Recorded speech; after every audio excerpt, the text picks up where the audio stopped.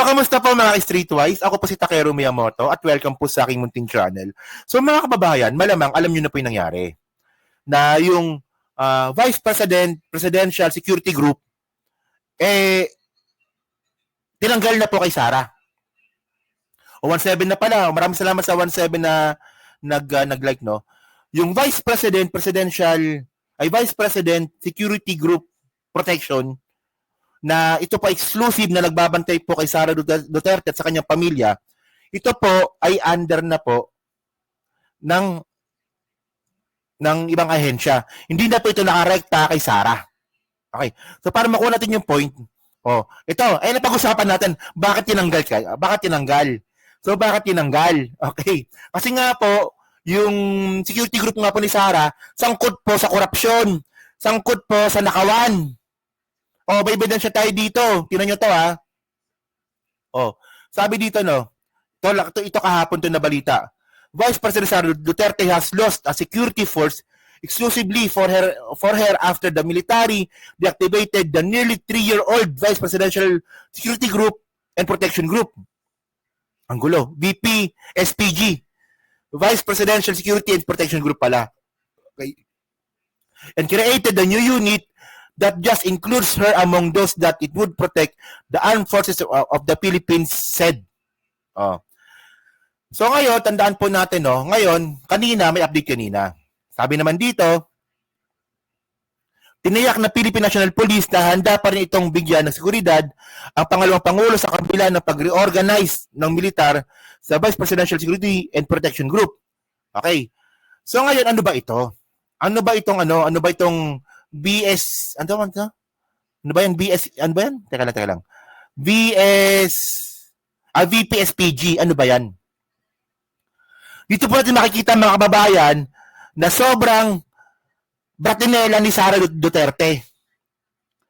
Lumalabas po na sobrang brat ni Sara Duterte kasi po yung VPSPG po na yan, siya lang po nagpasimuno niyan. Gawa-gawa niya lang po yan. Napagbigyan lang po siya ng presidente. At ang point dito, ang may control po kasi ng BPSPG, si Sara mismo. So tingnan nyo to, ha. So may balita dito from News 5 para at least makuha natin yung point natin, no. Okay, sabi dito. Ano ba yun? Ito. Of the Philippines, napapalitan muna ang ilang miyembro ng Vice Presidential Security and Detection Group o VPSPG. Sila ang nakatoka sa pagbabantay kay Vice President Sara Duterte. Tiyempo ang balasahan sa sinasabing banta sa seguridad ng bise. Nasa frontline ng balitang yan, si Brian Castillo. Naniniwala ba kayo na may banta sa seguridad ni Sara? Wala, actually lahat naman may banta sa seguridad. 'Di ba? Lahat naman ng politiko siguro, pero meron bang special na banta sa seguridad ni Sara? Parang wala naman, 'di ba? Siya nga yung nananakot na papatayin yung presidente. Gitna ng tumitinding bangayan sa politika, may kumalat na balitang tatanggalin na sa Vice Presidential Security and Protection Group o VPSPG ang lahat ng mga sundalong nakatalaga rito. Mula raw sa mahigit 300 security personnel, 24 na pulis na lang umano ang matitirang magbabantay kay Vice President Sara Duterte. Agad niyang itinanggi ng Armed Forces of the Philippines. Ayon kay AFP Chief of Staff General Romeo Browner, totoong magkakaroon ng pagbabago sa VPSPG. Pero yan ay dahil kailangan daw palitan ang mga tauhan nito na sasailalim sa investigasyon dahil sa nangyaring kumuson sa paglilipat sa Chief of Staff ng BISE na si Attorney Zulay Caloocan. Yan ang sinasabi ko. Ayan, sinabi na pala ng News 5.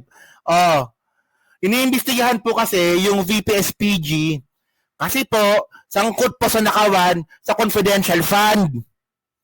Ayun po, ibig sabihin nun. Explain natin ito mamaya. Tingnan ninyo kung gaano kawalang hiyato si Sara. Yung security group po na binuo niya, sinangkot niya sa confidential fund na nakawan. Di ba? Lang narito ang mismong VPSPG commander na si Colonel Raymond Lachica. If these investigations will continue, they will not be able to conduct the security properly. and effectively. Kaya nga po, ang gagawin natin is that we will be replacing them with fresh personnel from the PNP and Yan, so ngayon, mga kababayan, ang mamimili na po ng security po ni Sara, I think yung yung PSG na. Hindi na po ito handpick ni Sara. AFP. Pinabulaanan naman ni Browner na siya Alam niyo ba kung anong masama doon? Kung bakit masama po na handpick ni Sara yung security niya? Kasi po, nagkakaroon po ng sabuhatan sa nakawan. Ayun po yung point doon. Siyempre, pinili kita. Ikaw maging security ko. Magnanakaw tayo, magkaibigan tayo. Para-paras tayong makikinabang. Ganon! Ganon po yun. Sige. mismo ang mamumuno sa bagong security group ni VP Sara. Di po totoo yun na I will take over the VP SPG. It is still under the Presidential Security Command. Hindi ko po diba? kayang gawin yun. PSG, PSC pa rin po may hawak po ng security po ni Sara. Dahil marami po tayong iniisip na iba pang mga security issues ng ating bansa. Giit ng AFP, hindi pwedeng mawala ng mga sundalo na magbabantay kay VP Sara.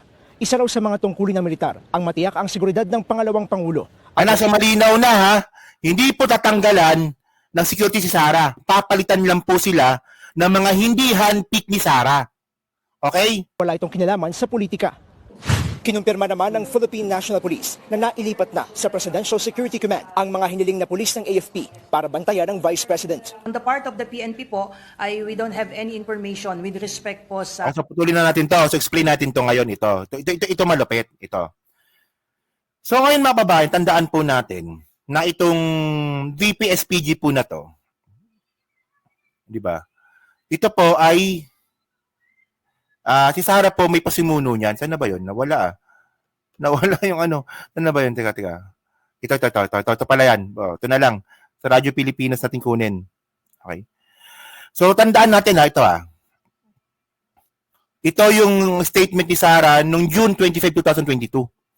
Basahin statement ni Sara Duterte hinggil sa VP SPG activation. So, ibig sabihin ng mga kababayan, ang VP SPG po na to, nagsimula lang po ito kay Sara. Wala po nito dati. Nung sila hindi po yung Vice President, nung sino ba? Si Noli Di Castro po yung Vice President, nung si Era po yung Vice President, nung si Gloria yung Vice President, wala pong VP SPG. Si Sara lang po nagpauso niyan. Yun naman pala, hindi lang naman pala para sa security ni Sara, kaya niya ginawa ito para pala kasangkot niya sa nakawan. Grabe, di ba? Nakita niyo mga kababayan kung gaano kasama ito? Kaupo niya pa lang po bilang Vice Presidente 2022, nagpaplano na po siya magnakaw. Ayun po ibig sabihin nito. Ayan Kasi po, request po ni Sara Duterte po ito kay PBBM. Naalala nyo ito? Ito naalala nyo ba? Naalala nyo? Ito lumabas to Lumabas tong balita na to Na isa sa mga request ni Sara Duterte, magkaroon siya ng sariling security group. Nung nanalo na sila bilang presidente at vice presidente. Diba? May mga request si Sara, diba? Na sana si Sara ay balikan sa Davao, may helicopter, yung mga security niya dapat siya mamimili. At kasama po dito yung VP SPG. Yung DND hindi napagbigyan So ngayon ito nagpasalamat pa nga siya dito Tingnan niyo yung date hindi ito gawa-gawa lang June 25, 2022 pa ito. So sabi dito, allow me to extend my gratitude to Department of National Defense Secretary Delfino Renzana and the entire DND organization and Armed Forces of the Philippines General Andres Centino and the whole AFP for the positive response and action to the request that a security unit separate from the Presidential Security Group be created and assigned to the Office of the Vice President. Yan inamin niya pala dito AFP, positive response and action to the request. So siya nag-request ito. The activation of the VP SPG is commendable and it will resolve the matter of the continuity in the security of all Vice Presidents of the Philippines. So, ibig sabihin nun, ito kasi galing to kay Sara mismo. So, ang point ko dito mga kababayan, nakita na po natin kung ano po yung intensyon ni Sara. Bumuo siya ng isang security group na siya yung mamimili para makontrol niya kasama po nakawan. So, paano ko nasabi yun? Balikan po natin. Sa nakakalimot lang po, nabalita po ito noong November 25, 2024. Ito how OVP DepEd Disbursing Officer violated the rule of confidential funds. Okay, so sabi dito ito basahin ko lang ito, medyo mahaba kasi ito no. Sabi dito Vice President Sara, Special Disbursing Officer, told the House panel on Monday that millions of confidential funds of the OVP and Department of Education, when Duterte led the agency, were managed by their security personnel. Patay! Sino may sabi? Yung disbursing officer mismo ni Sara.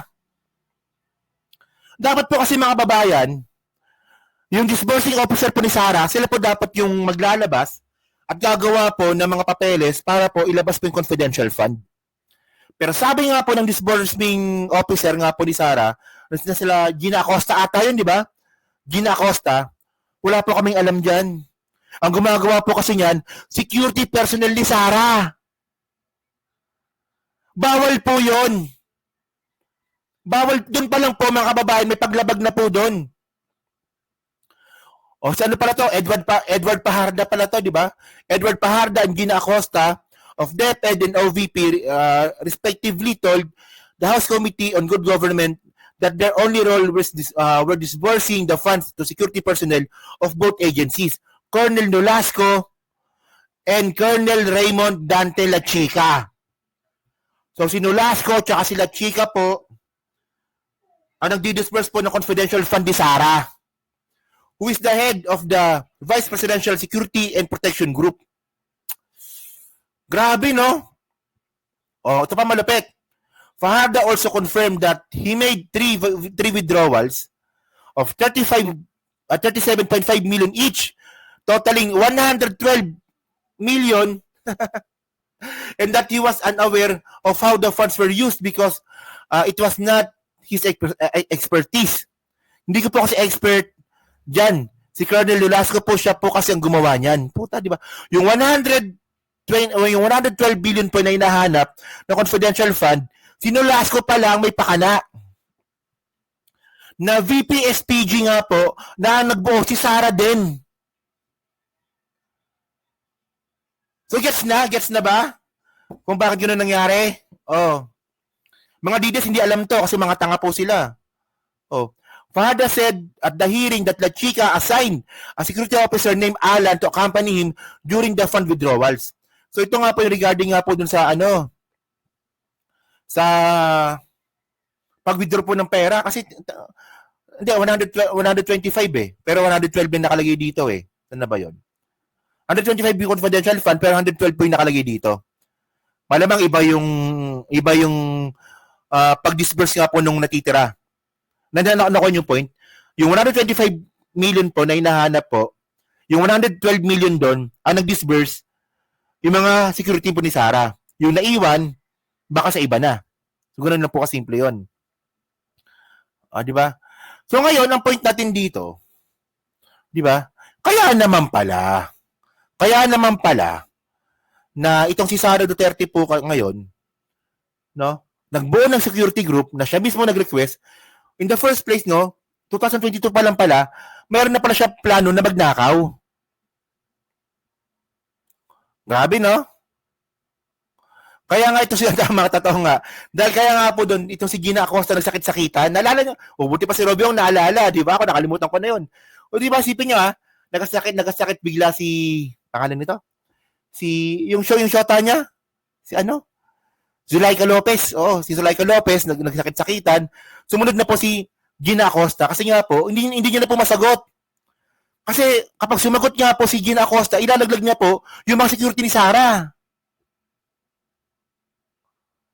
Di ba?